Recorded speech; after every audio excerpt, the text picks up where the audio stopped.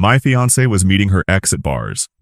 While I planned our dream wedding, so I let her get ready, walk down the aisle, and what I said next made 200 guests gasp. All right, so here's the deal. I'm Ryan, 30 years old, living in San Diego, and for the longest time, I thought I had everything figured out. I was getting married to Sabrina, my girlfriend of 3 years, and honestly, life seemed pretty damn good. She was gorgeous, super outgoing, and could light up a room when she walked in. Everyone who met her would say things like, "Man, you're lucky." And I believed them. I mean, who wouldn't? On paper, she seemed perfect.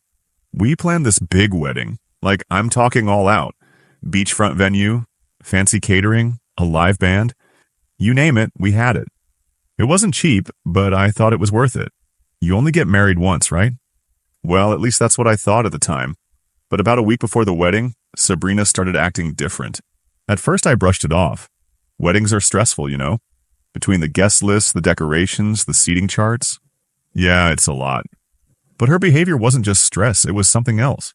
She'd suddenly get super secretive with her phone, like always flipping it over when she set it down or stepping out of the room to take calls. I didn't really say anything at first because, honestly, I didn't want to come across as some paranoid fiancé. That's not me. Then one night, she was in the shower and her phone buzzed on the nightstand. I wasn't trying to snoop, but the screen lit up and a name popped up. Jason. Now, for a second, I thought, who the hell is Jason? And then it hit me. It's her ex. Yeah, that Jason. The one she swore was out of her life ages ago. The message wasn't long. It just said, "Looking forward to tonight." That's it. And I'll admit, my stomach twisted a little. I mean, why was she making plans with her ex a few days before our wedding? But then I told myself not to jump to conclusions. Maybe it was innocent.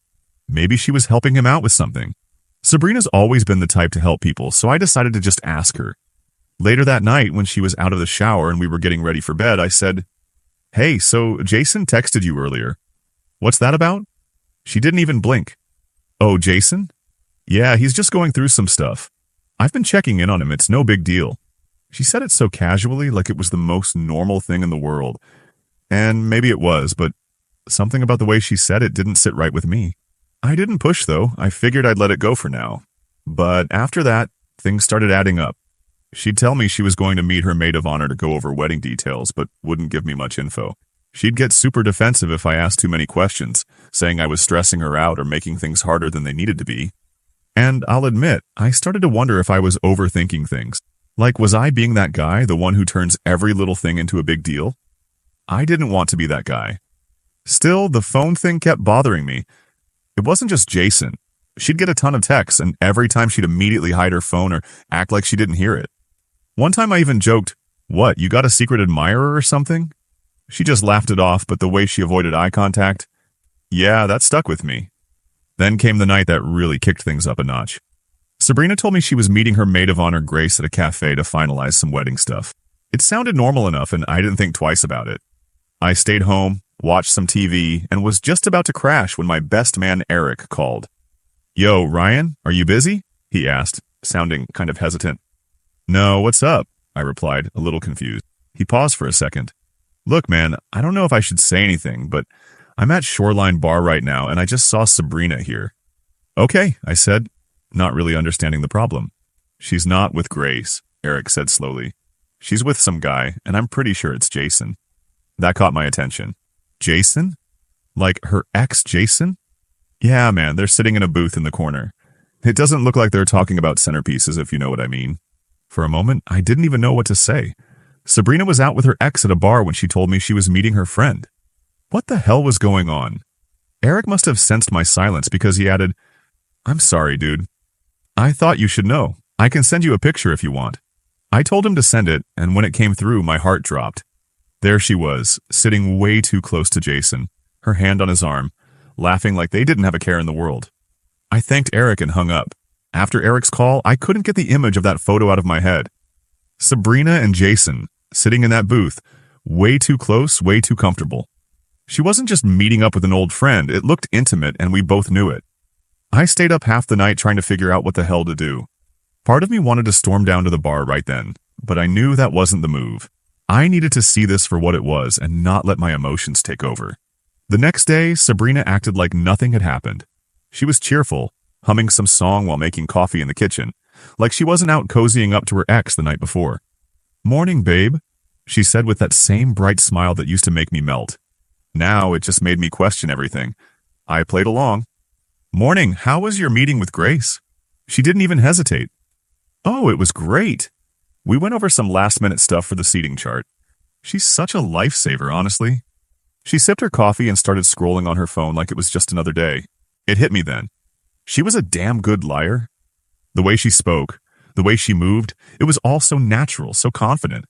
If Eric hadn't called me, I would have bought every word. That pissed me off more than anything. I didn't press her right then.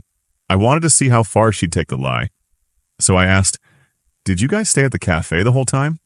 Seemed like you were out pretty late." "Oh yeah," she said casually. "We stayed there for a while and then I dropped her off at her place. It was just a long night." "A long night, huh?" I nodded, biting my tongue to keep from saying something I'd regret. Later that day, I called Eric to get more details. "What else did you see? Did they leave together?" "Nah, man, they were still there when I left," Eric said. "But they looked real comfortable, like if you didn't know she was engaged, you'd think they were together." That stung. I thanked him and hung up, but my head was spinning.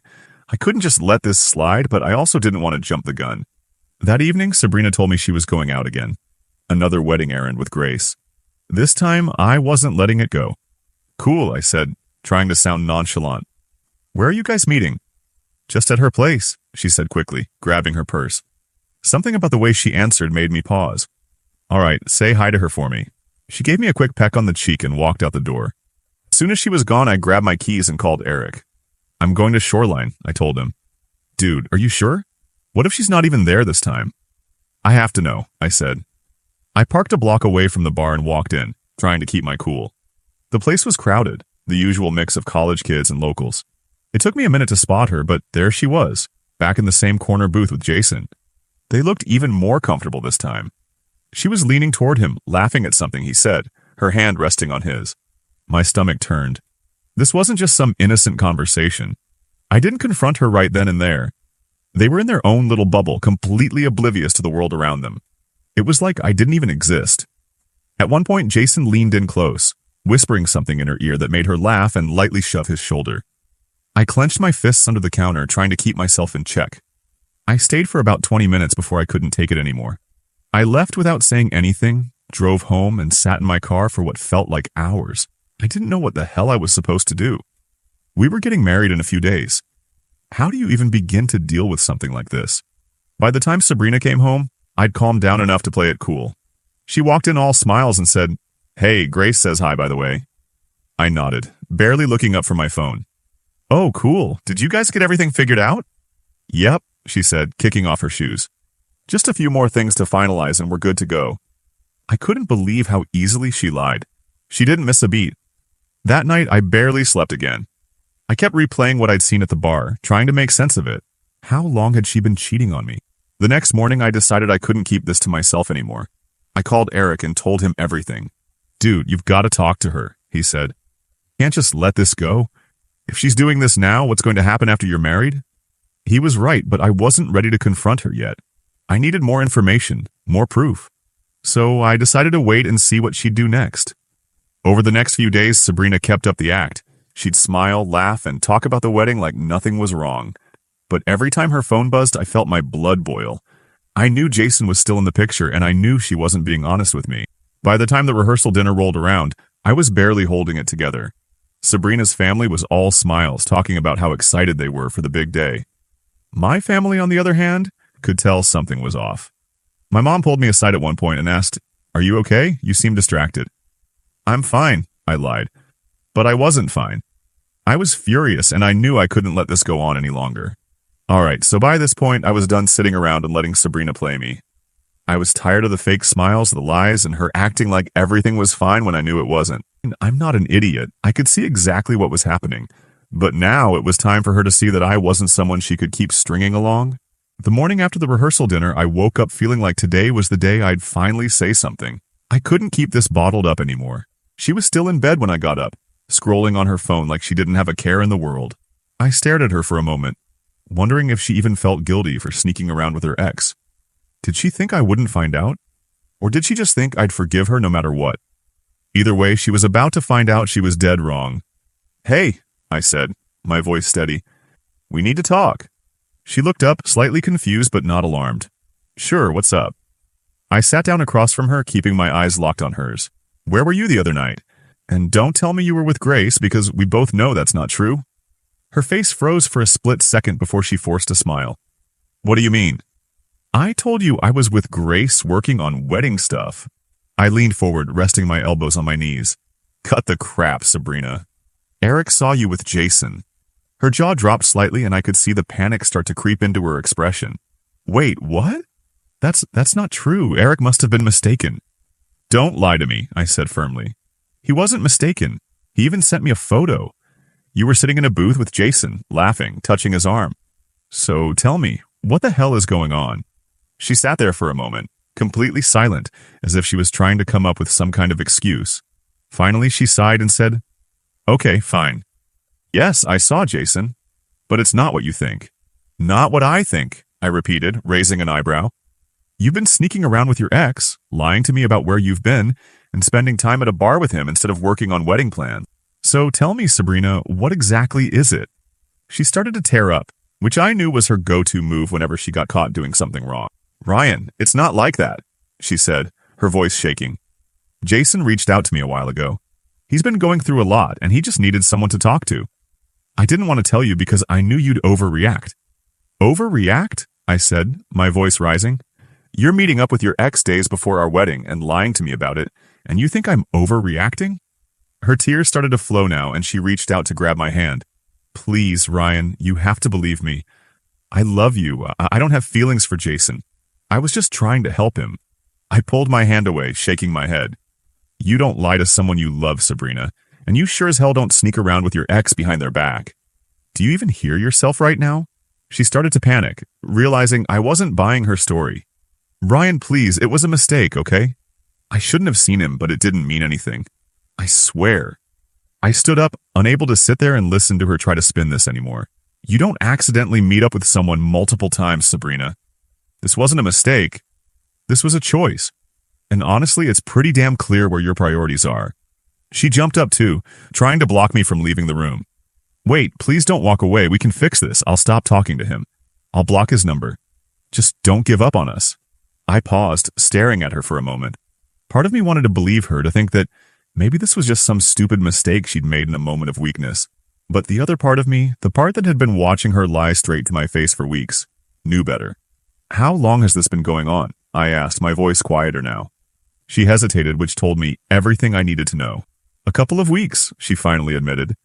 "But it wasn't anything serious. We just talked, I swear." I let out a bitter laugh. "Do you even hear yourself? You're supposed to be marrying me, and you're sneaking around with a guy you used to date, and you think I'm supposed to just believe it's no big deal?" "It wasn't like that," she insisted, her voice desperate now. "I made a mistake, okay?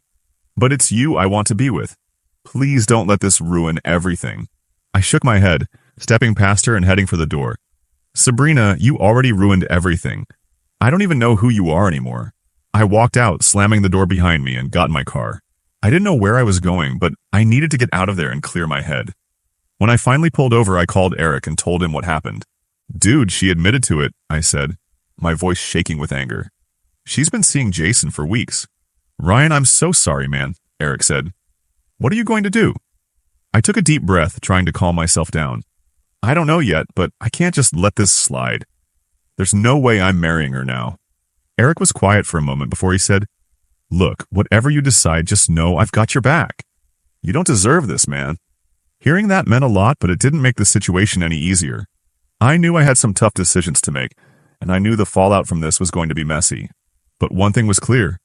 I wasn't going to let Sabrina or Jason make a fool out of me. I spent the rest of that day driving around aimlessly, trying to process everything. Sabrina wasn't just lying to me, she was living a completely different life behind my back. And the worst part? She had the audacity to keep acting like everything was fine, like we were still the perfect couple everyone thought we were. When I finally got back to the apartment, she wasn't there. Good. The wedding was only 2 days away, and I knew I had to make a decision. Do I go through with it and hope this was just a stupid mistake? Or do I call it off and deal with the fallout? The thing is, Calling off a wedding isn't just about you and the other person. It's about the guests, the families, the money you've already spent. It felt like an avalanche waiting to happen. But as much as I hated the idea of disappointing everyone, I hated the thought of marrying someone who didn't respect me even more. That night, Sabrina came home late, as usual. I was sitting on the couch staring at the blank TV screen when she walked in. She looked surprised to see me there. "Hey," she said, forcing a smile. "You're up late." "Yeah," I said, not looking at her. "Couldn't sleep." She paused, probably sensing the tension in the room. "Listen, about earlier." She started, but I cut her off. "Save it, Sabrina. I don't want to hear it right now." My voice was calm but firm. I wasn't in the mood for another round of her excuses. She stood there for a moment, then sighed and walked into the bedroom. I stayed on the couch, staring into the darkness, trying to figure out how the person I thought I was going to spend my life with turned out to be such a liar. It wasn't even just about Jason anymore. It was about trust. And once that's gone, what's left? The next morning, Sabrina acted like nothing had happened. She came out of the bedroom already dressed and ready to tackle another day of wedding errands. She poured herself a cup of coffee and started scrolling on her phone, completely ignoring the elephant in the room. "So, what's the plan for today?" I asked, trying to sound casual.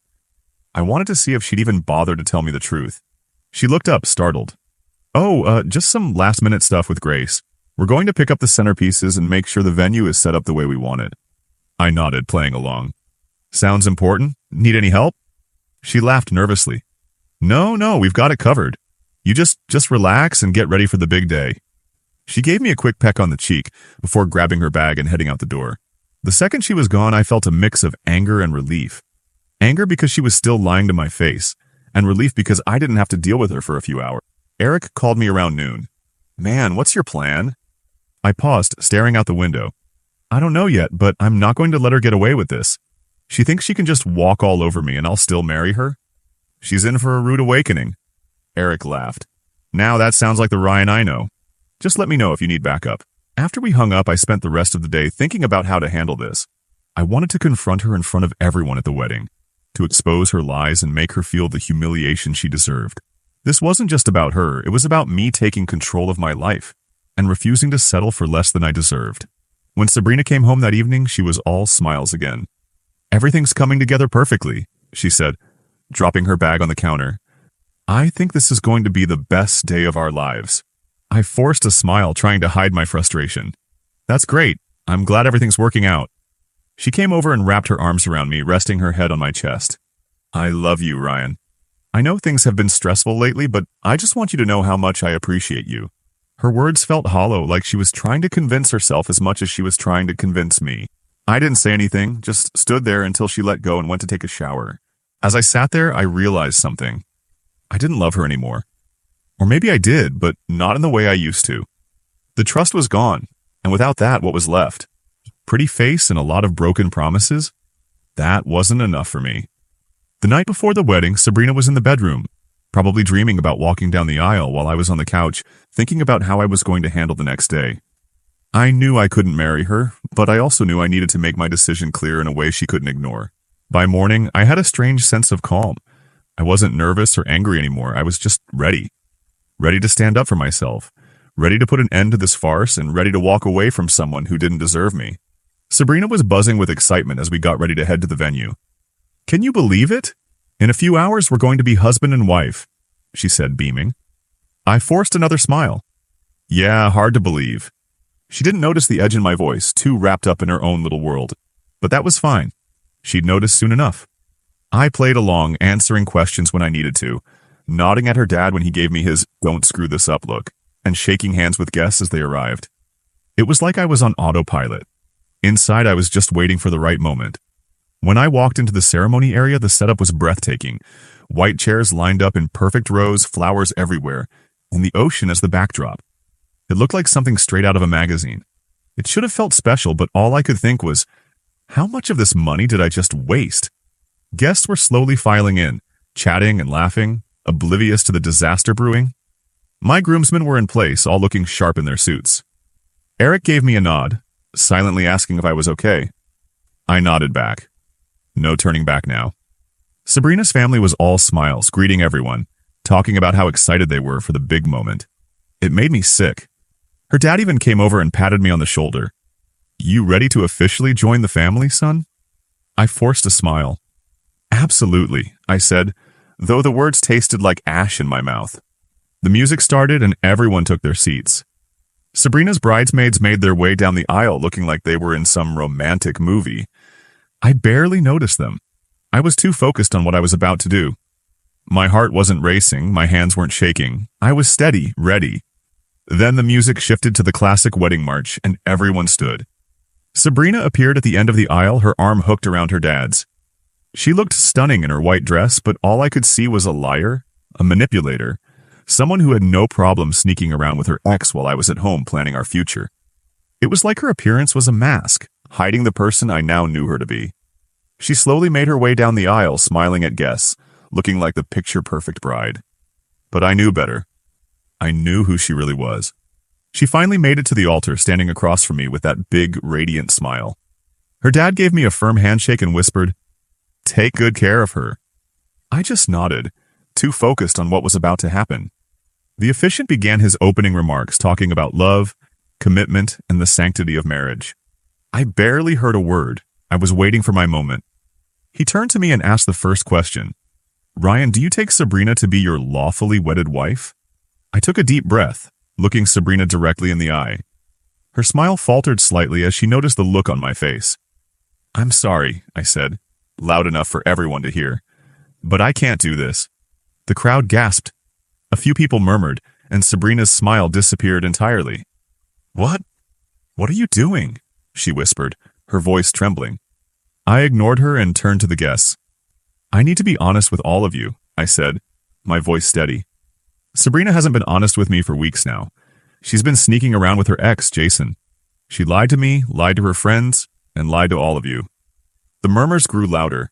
Sabrina's mom looked like she was about to faint, while her dad's face turned beet red. The bridesmaids exchanged shocked glances, and my groomsmen just stood there, frozen. Eric, though, looked proud, like he'd been waiting for this moment almost as much as I had. Sabrina grabbed my arm, her eyes wide and full of tears. "Ryan, stop! Please don't do this. You're making a mistake." I pulled my arm away, looking at her like she was a stranger. "No, Sabrina, you made the mistake. You made it the moment you decided to see Jason behind my back. You made it every time you lied to my face. I deserve better than this." She started crying full on, sobbing now, but I wasn't moved. The crowd was dead silent, all eyes on us. It was like they couldn't believe what they were seeing. "Ryan, please," she begged, her voice breaking. "I love you, I'll fix this, just don't leave me." I shook my head. Love isn't sneaking around with your ex. Love isn't lying to the person you're supposed to spend your life with. If this is what you call love, I don't want it. She tried to grab my arm again, but I stepped back. "You can cry all you want, Sabrina, but this is over. I'm done." I turned to the officiant who looked like he wanted to disappear. "Sorry for wasting your time," I said, before walking down the aisle past the stunned crowd. I didn't look back. I didn't need to. The damage was done. As I walked out of the venue, I felt a strange sense of relief. Sure, I was leaving behind a mess, a really expensive mess, but it was worth it. I dodged a bullet and I knew it. If she was willing to lie to me before we even got married, what would she do after? Back at my car, I sat for a moment, taking it all in. My phone was blowing up with texts and calls. Sabrina, her mom, even a couple of her bridesmaids. But I ignored them. I didn't owe anyone an explanation. I'd said my piece. Eric was the first one to call, and I actually answered.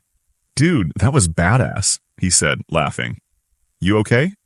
"Yeah," I said, finally allowing myself to smile. "Better than I've been in weeks. You want me to grab some drinks and come over? I think you've earned it." "Yeah, man, I'll see you in a bit." As I drove away from the venue, I felt lighter, like a weight had been lifted off my shoulders. Sure, I'd just blown up what was supposed to be the happiest day of my life, but it was better than living a lie. Sabrina would have to deal with the consequences of her actions, and I'd get to start fresh knowing I made the right choice. When I got home, Eric showed up about 20 minutes later, a six-pack in hand. "Man," he said, walking through the door. "That was insane. You really pulled the plug in front of everyone, huh?" I nodded, slumping onto the couch. "Had to. She left me no choice." Eric cracked open a can and handed it to me. You should have seen their faces. Her dad looked like he was about to charge the altar, and her bridesmaids, they were whispering to each other the whole time like it was a reality show. I smirked. "Good. Let them talk. She earned it." Over the next few hours, my phone kept buzzing with voicemails. I finally listened to a few of them just out of curiosity. The voicemails were exactly what I expected. Sabrina's voice was shaky and desperate, alternating between apologies and excuses. "Ryan, please call me back. We can fix this. I know I messed up, but we can work through it." Her mom's message was more aggressive. "Ryan, how dare you humiliate my daughter like that? You couldn't have handled this in private? You owe her an apology." I rolled my eyes and deleted the messages without even finishing them. I didn't owe anyone an apology. If anything, Sabrina owed me one. For wasting my time. For lying. For thinking she could get away with it. A few days passed and the fallout started spreading. Word got around quickly, especially after Eric shared the photo he took of Sabrina and Jason at the bar with a few mutual friends. I didn't ask him to, but I wasn't mad about it either. People deserve to know the truth, especially after Sabrina's mom started spinning the story like I was the bad guy. Apparently, Sabrina's version of events was that I'd snapped under wedding pressure and left her at the altar because I couldn't handle the stress. That didn't sit well with me, but I didn't have to say much to set the record straight. The photo of her and Jason said it all. Once people saw that, her excuse fell apart. One of her bridesmaids, Lauren, even reached out to me. "Ryan, I'm so sorry," she said over the phone. "I had no idea she was doing that to you. If I'd known, I would have said something." "It's fine," I said, not really wanting to get into it. "I'm just glad it's over." But Lauren wasn't done. Honestly, Sabrina's been acting sketchy for weeks. Grace and I noticed she'd disappear a lot during wedding stuff, but she'd always say it was just personal errands. I feel bad now for not questioning it. "Don't," I said, and I meant it. "It's not your fault." I wasn't going to waste time being mad at anyone but Sabrina. As for Jason, well, his involvement didn't last long. Apparently, after the wedding disaster, Sabrina tried to lean on him for support. Big surprise. He wasn't interested. He'd been all smiles and charm when they were sneaking around behind my back. But the moment things got real, he ghosted her. A mutual friend told me he blocked her on social media and stopped answering her calls. Classy guy. Sabrina tried reaching out to me again, this time through text. Her messages were full of emotions. Apologies, accusations, and desperate pleas. One text would say, "I'm so sorry, Ryan.